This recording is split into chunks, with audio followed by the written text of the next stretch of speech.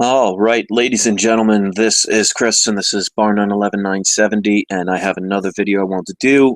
Somebody actually requested this, but I was actually going to do it anyway. I wrote a lot of information down from yesterday and the Democratic National Convention. I watched hours of the convention, and I wanted to give my report on it. So just wanted to let everybody know, as like I always do in the beginning, because I want to wait for a couple of people to see that I made this video so they could start coming on, and which is what they're exactly doing. So welcome. If you're watching this on YouTube, if you look in the comment section, I did post the link to the Google Plus page where you can ask questions.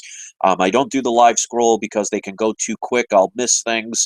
It minimizes fighting and trolls from just doing spam accounts. So if you look at the link in the video in the comment section, the link will take you to my Google Plus page. If you follow me there, it just makes it a lot easier. But when you see the live broadcast at the Google Plus page, just open that window by clicking on it, and you will have the ability to ask questions or make a statement, whatever you want. So with that being said, I wanted to do this yesterday, but I already made a couple of videos, so I didn't want to do too many, so I was waiting for today. But I wrote down a lot of information from what I was seeing from the Democratic National Convention. Now, I will say right off the bat, I am neither Republican or Democrat. I don't like to label myself in any particular way whatsoever. And the reason being is I don't want to be pigeonholed into one ideal. I always believe that you should have open mind, be able to choose what you feel is right that can better everyone, not just your particular party. So I don't consider myself any part of any party. But with that being said, I have more of a positive opinion over Trump than Hillary. But again, one person is not going to change a corrupt system, so it really doesn't matter who's president. That's my opinion, and whether you believe in that or not, that's up to you. But I wrote down a lot of stuff from what I saw, especially in the beginning of the convention yesterday. And I want to start out with um, the first day they mentioned in the opening prayer, they mentioned Hillary Clinton, and a lot of the crowd started booing. At least the Bernie Sanders people booed. So I noticed in this particular time yesterday, when they did the opening prayer, there was not one mention of Hillary at all in the prayer. So, in the prayer, and the theme for this day was talking a lot about unity. Now, one of the things that I heard from Donald Trump, now whether this is true or not, I don't know. I wasn't at the convention. They said a bunch of the Bernie Sanders people didn't show up for the convention. They didn't go in. I don't know if that's true or not. I can't confirm it, but it would explain why they were so silent. There were not. There were some boos. There were some Bernie chants, but it was definitely a lot calmer than what it was yesterday, which means either that is true that a lot of them didn't show up, or they might have gotten a pretty bad talking to, and they were kind of forced to be quiet. I mean, I don't know.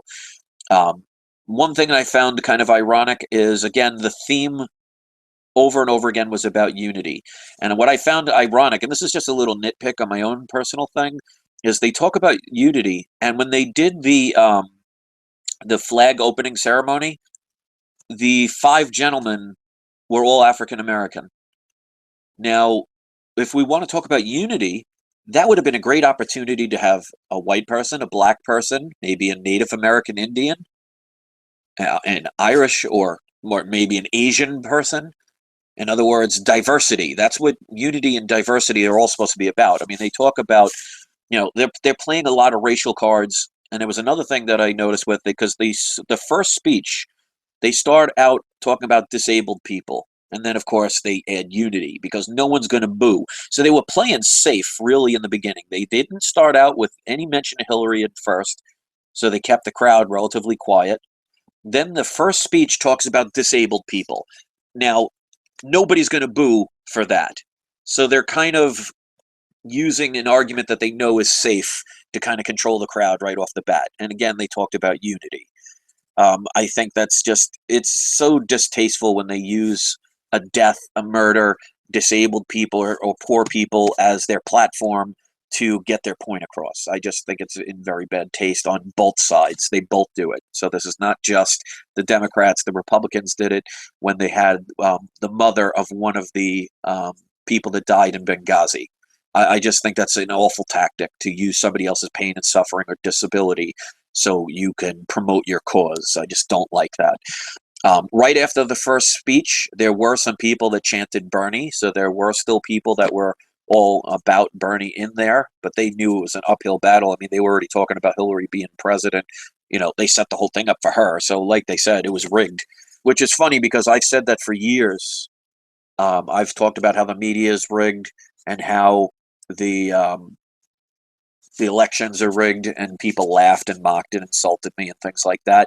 And yet we see not only people like Donald Trump calling out the media and the politicians saying it's rigged, but it was proven with those emails. Excuse me. So this shouldn't be a surprise at this point that the selection, it's more selection than election. But and that's why the Bernie people were so mad, is because they were trying so hard and spent all their time and effort to get a candidate that they felt should be in the should be in politics, because they weren't all about the corporate corruption, and he ultimately joins the corporate corruption. In other words, they joined the quote unquote dark side of the politics. So that's why a lot of them were really mad. Um, the first thing I also noticed is, during that speech, they asked the people to stand up. Stand up if you believe in whatever. And very few people did, because the camera panned to the audience, and it looked like maybe 40 or 50 people stood up. And then we made another category, everybody stand up, and they said, oh, if you believe in this, everybody stand up. So one by one, I think it was an uncomfortable thing, but eventually the people stood up. But the first time they said to stand up, very few people did, and they had the camera on them to show that. So that was a little interesting. The Bernie Sanders people were chanting very loudly when his name was mentioned first. So when they first mentioned his name, the people that were on the Bernie Sanders bandwagon were really cheering, and they were cheering loud. Then we had Tulsi Grabber from Hawaii, or I think it's Tulsi Grabber from Hawaii, that went and nominated Bernie. Again, loud cheers. Paul Feeney, which was the labor union, part of the labor union in Boston, Massachusetts, also seconded the nomination. Then he also said to vote for Hillary, so that was a little weird. There were cheers when they said you got to vote for Hillary, but it wasn't as loud. And when he said the party is united, there were some boos. So again, they've been really trying to focus on convincing everybody how united they are. If you're united, you don't have to keep mentioning it. It's like a person that's very insecure and always tells you how, I look so beautiful, or I look so handsome, or I'm so good at this and I'm so good at that nonstop. If you are, you just are. So they're trying to convince people. All right. Then we had Shyla Nelson from Vermont. There was, when they introduced her, there was some Bernie Sanders chants. Did the second nomination for Sanders, and again, large cheers. And also, I noticed outside the convention was mostly Bernie supporters. So I found that quite interesting. When you look at the camera panning through all the crowd that was outside, because they had speakers, so the people outside that couldn't get in for whatever reason could still hear what was going on. It was 98% Bernie Sanders fans. So maybe that's where they ended up. Maybe they just kept them from coming in. I don't know. But I could not see any Hillary signs. So all the people that couldn't get in the convention that were outside, and they were literally thousands, seemed like to me, and you could see all the signs that say Bernie and all the shirts and all the things they were holding up saying Bernie Sanders. So that says a lot, that either that was done on purpose, or it just shows how many more people were going in one direction.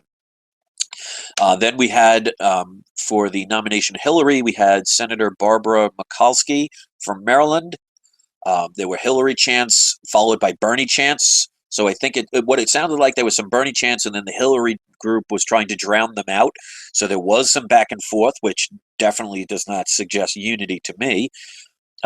She nominates Hillary, and there were cheers. One thing I did notice is she was playing on the woman card, and a lot of the cheers were from female. You could hear it. I mean, you could hear the difference between men cheering and females. There were a lot of high-pitched woos and things like that. So you could definitely hear most of the people were cheering because of the fact that she's a woman. Now, there's nothing wrong with a woman president, but if you're voting for somebody solely on the fact that they're a woman, just like, and it's been admitted by many people that were African American voted for Obama only because he was African American. You should never have your vote based on, well, they're the same color or the same religion or the same gender as me, so I'm going to vote for them. You really should listen to their politics and learn about them. Um, I'm not going to vote for anybody I don't believe in. Well, I mean, most of us here know that votes don't count anyway, but I'm sure you understand my point. And there were a lot of people throughout this, they were basically saying you have to have the first female president. And there's nothing wrong with having a female president, but you want to make sure you have the right female president. It's the same thing with male presidents. I mean, I could say that George Bush did a horrible job as much as Obama did. So it's not a racial thing for me. It's what can they do to help improve the country or hurt the country that matters to me, not the color of their skin. So, people do have to get over that. Now, of course, there are very many people that are into the whole racial thing. Me, I don't like somebody if they're evil. I don't care about their sexual preference. I don't care if they're male or female. I don't care about their political beliefs, the color of their skin. I worry about, are they going to help my life become better or worse? That should be what's most important. But that's just me. I can't speak for anyone else. Then we had Representative John Lewis from Georgia, who seconded the Hillary nomination. He talks about the first president of color, and then he says, now we have to have the first female. So again, they're using the race card and the gender card there. That shouldn't be pointed out. There should not be a reason to vote for Hillary. If you're only voting for Hillary just because of the fact that she's a woman, because maybe you're a woman and you think it's time, that's the wrong reasons. It should be, is the person qualified to do the job that they are hiring or asking them to do? That's got to be the bottom line. So then after that, I started watching a lot of stuff. I saw the roll call. Every state I wrote down. Bernie Sanders hardly got any, but he did get a few. I mean, I didn't get them all because the channel I was listening to after a while broke away, so I couldn't get it all. But where I left off, there were 5, 10, 15, 20, 25, 30, 33 states for Hillary. One was a tie, and only 12 at the time for Bernie Sanders. The ones he won was Alaska, 14-6 with 20 delegates. Colorado, 41-36. It was a total of 78 with one abstention. We had the Democrats abroad, so they could actually register. That's the people all over the outside the United States that are still U.S. citizens. They were 17 votes, 10 were for Bernie, 7 were for Hillary.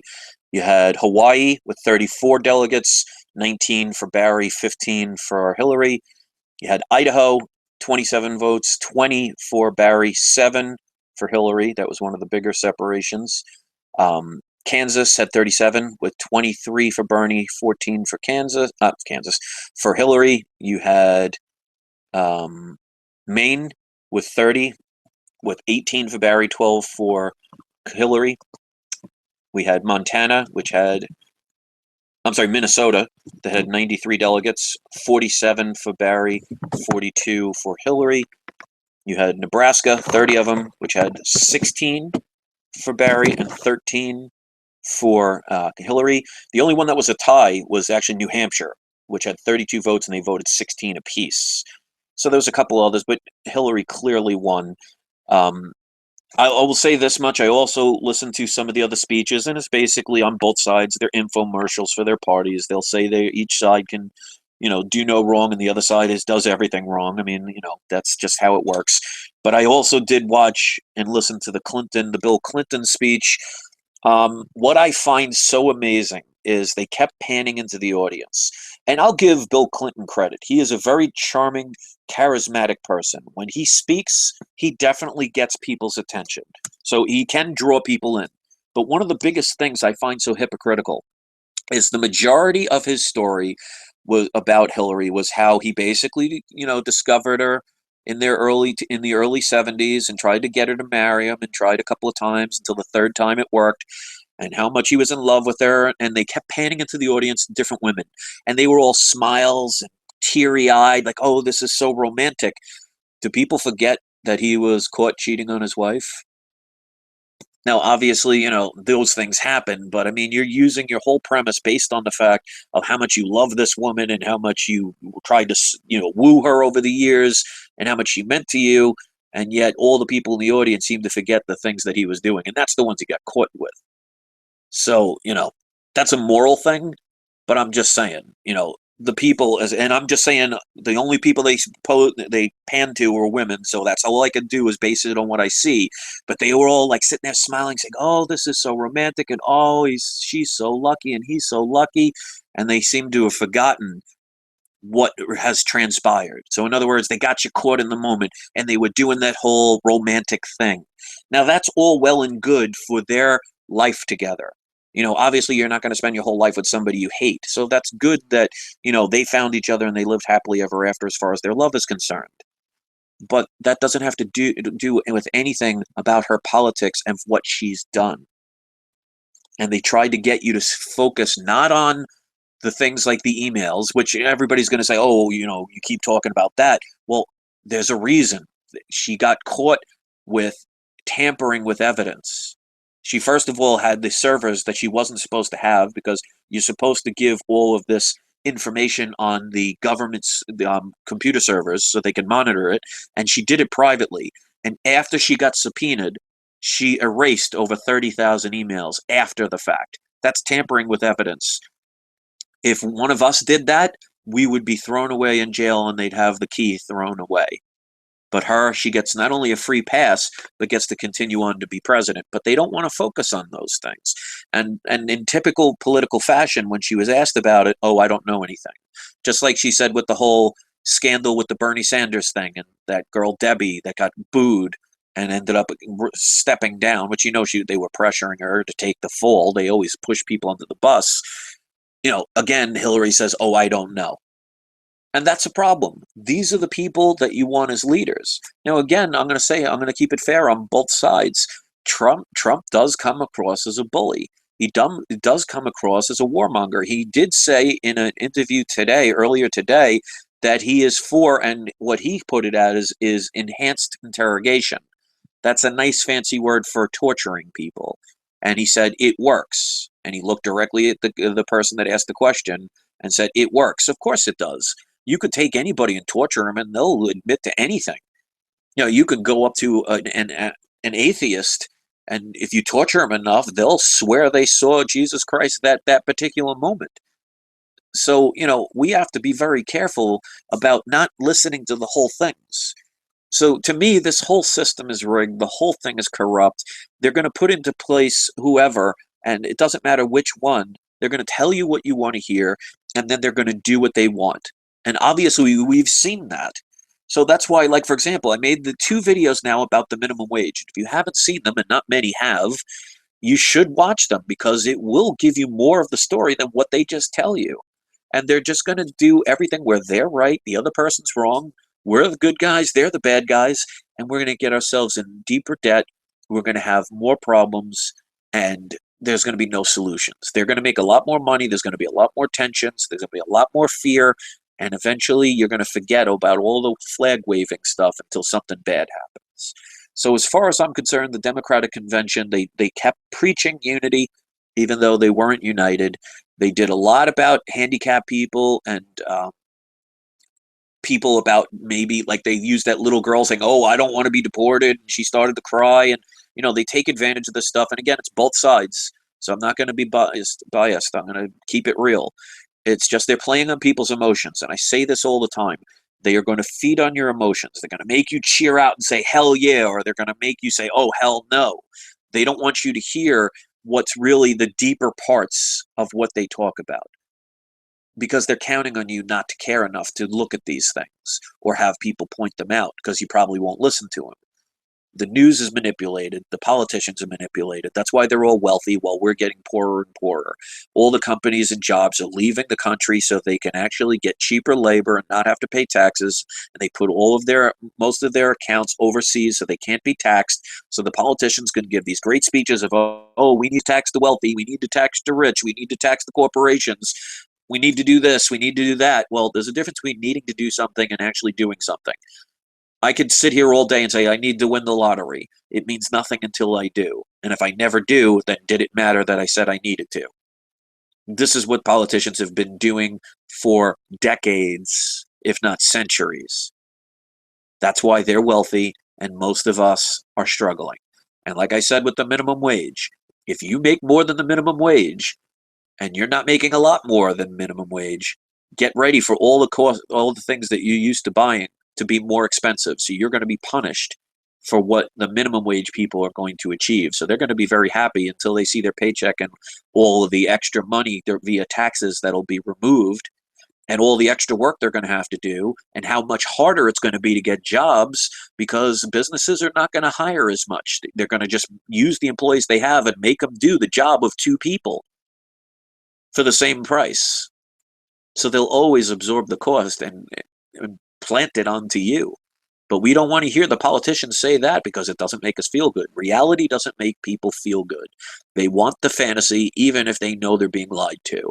Makes absolutely no sense to me. But unfortunately, actions speak louder than words. And you could see the people, they're all cheering. They're all raising their hands up and waving their flags and saying, oh, my party can do no wrong and the other party is 100% wrong. It just doesn't work that way.